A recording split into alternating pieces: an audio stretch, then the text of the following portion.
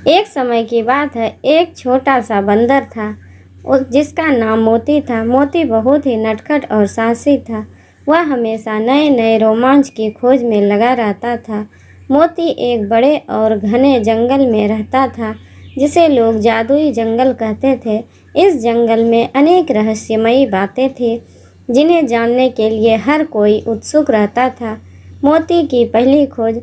एक दिन मोती ने तय किया कि वह जंगल के गहरे हिस्से में जाएगा जहां अब तक कोई जानवर नहीं गया था।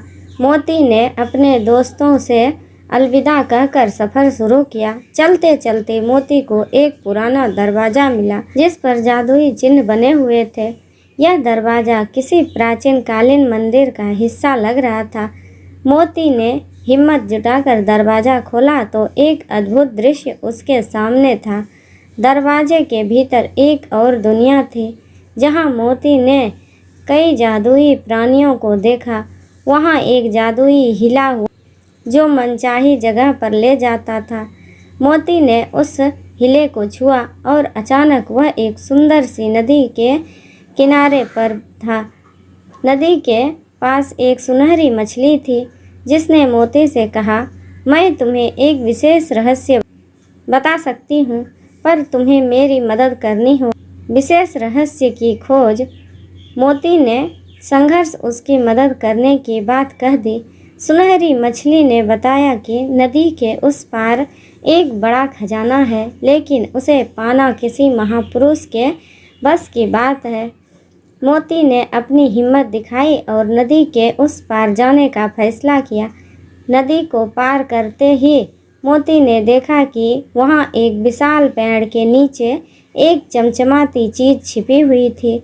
मोती ने अपनी होशियारी से खजाने को निकालने की कोशिश शुरू कर दी। उसने देखा कि खजाने पर एक प्राचीन मंत्र लिखा हुआ था।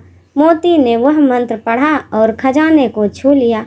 तभी एक रोशनी का फव्वारा निकला और एक जादुई प्राणी प्रकट हुए। प्राणी ने कहा, अपने साहस और मदद करने की प्रवृत्ति से यह खजाना पा लिया है। अब यह खजाना तुम्हारा है। खजाने के साथ साथ मोती की मित्रता भी परखी जाने वाली थी। उसे यह समझ आया कि खजाना सिर्फ सोने चांदी का नहीं होता, सच्चे दोस्त और अच्छाई भी खजाने के रूप में होता है। जब मोती जंगल से वापस आया तो उसने अपने सभी दोस्त को अपने अभूतपूर्व अनुभवों के बारे में बताया।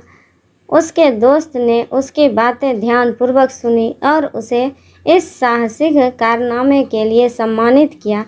सबके सामने मोती ने घोषणा की कि वह खजाने का एक हिस्सा अपने दोस्तों के साथ मिल बांटकर इस्तेमाल करेगा। सबसे पहले उसने अपने दोस्तों को जादुई खजाना दिखाया और फिर उस खजाने से जो विशेष वस्तुएं थी उन्हें उनके साथ बांटने का निर्णय लिया। उसने कुछ हिस्से का उपयोग जंगल के विकास और सुरक्षा के लिए भी किया। उसने कुछ धन से पेड़ों की रक्षा और जंगली जानवरों के लिए विभिन्न सहायता अभियानों की शुरुआत की। मोती की उदारता और साहस के चलते वह जंगल और उसके साथी जंगली जीवों के दिल में बस गया।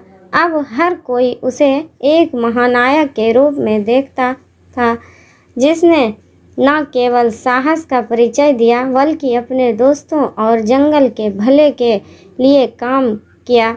इस घटना के बाद मोती कभी कभी फिर से उसी जादुई दरवाजे से होकर अपनी रोमांचक यात्रा पर निकलता और नए रहस्यों की खोज करता। हर बार वह अपने दोस्तों के लिए नई नई कहानियाँ और उपहार लेकर लौटता। इस कहानी से हमें यह सीख मिलती है कि हमें हमेशा साहसी और उदार होना चाहिए। सच्चा खजाना वह है जो हमारी अच्छाइयों और हमारे दोस्तों के साथ साझा किया जाता है। हिम्मत और दयालुता से भी हम अपने जीवन को नया आराम दे सकते हैं। थैंक यू दोस्तों, धन्यवाद।